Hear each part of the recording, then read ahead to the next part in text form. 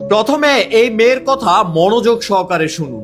এইটাই বলে আল্লাহ স্বয়ং নিজ হাতে ফেরেশতা পাঠিয়ে আমাদেরকে জয় করে দিয়েছে।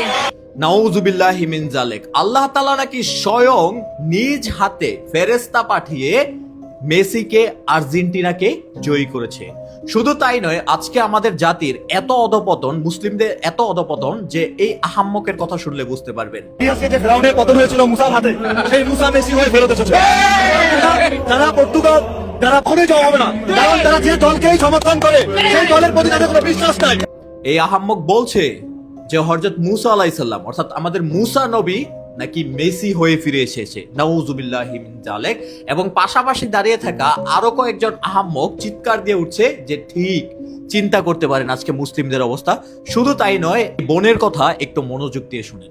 আমি আল্লাহর কাছে দোয়া করি, আল্লাহ আমাকে মাফ করে দেন। বলতেছে আল্লাহ আমি মসজিদে 500 টাকা দিব, আমি চাই যে মেসি কোয়ার্টার ফাইনাল যাক। সে বলছে যদি তার দল বা আর্জেন্টাইন জিতে তাহলে সে মসজিদে টাকা দান করবে, দোয়া করবে। শুধু তাই নয়, এই মহিলার কথা একটু শুনুন। হাজারটা পুরুষের মাঝে ভোর রাতে এসে দাঁড়িয়ে সে সমাবেশের মাঝে সে দোয়া ইউনুস পড়তেছে এবং জপতেছে, আল্লাহ আল্লাহ করতেছে যাতে তার দল অথবা মেসি জিতে যায়। শুধু তাই নয়, এই ভক্তবিন্দুদের উল্লাসগুলো একটু লক্ষ্য করেন, তাদের কান্না, তারা দোয়া করছে, কান্না করছে, একে অপরের সাথে মশকরা করছে এবং কি একে অপরের সাথে শত্রুতা করছে। এই স্লোগানটা একটু শোনেন তো, যেখানে আর্জেন্টিনা জিতার পর স্লোগান দিচ্ছে একদল কিশোর শিশু যে একটা একটা ব্রাজিল দল ধরে ধরে। চিন্তা করতে পারেন।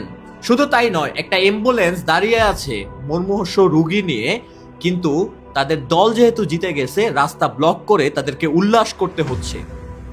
আজকে আমরা মুসলিমরা, আমরা বাংলাদেশিরা আমাদের এতটা অধপতন যে একজন নবী রাসূলের সাথে আমরা একজন ইহুদি খ্রিস্টান নাসারার তুলনা করছি এবং এমন একটা লোকের তুলনা করছি যেই খেলা দেখাই আমাদের জন্য হারাম, সেই গেমের জন্য আজকে আমরা দোয়া করতেছি।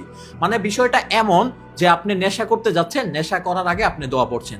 আজকে এই কথাগুলা বললে অনেকে বলবে যে ভাই ফুটবলের সাথে ধর্ম মিলাইতে আইসেন না, অথবা ধর্মের সাথে খেলাকে মিলাইতে আইসেন না।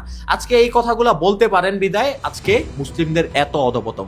একটা সময় মুসলিমরা গোটা বিশ্ব শাসন করেছে, গোটা বিশ্ব তারা কায়েম করে গেছে। আজকে মুসলিমদের সন্তানদের এই সকল সস্তার কিছু বিনোদন, কিছু স্ক্রিপ্টেড গেম যেগুলা পরিকল্পনা করে শুরু থেকে শেষ পর্যন্ত করা হয়, তার পিছনে আমরা উল্লাস করতেছি।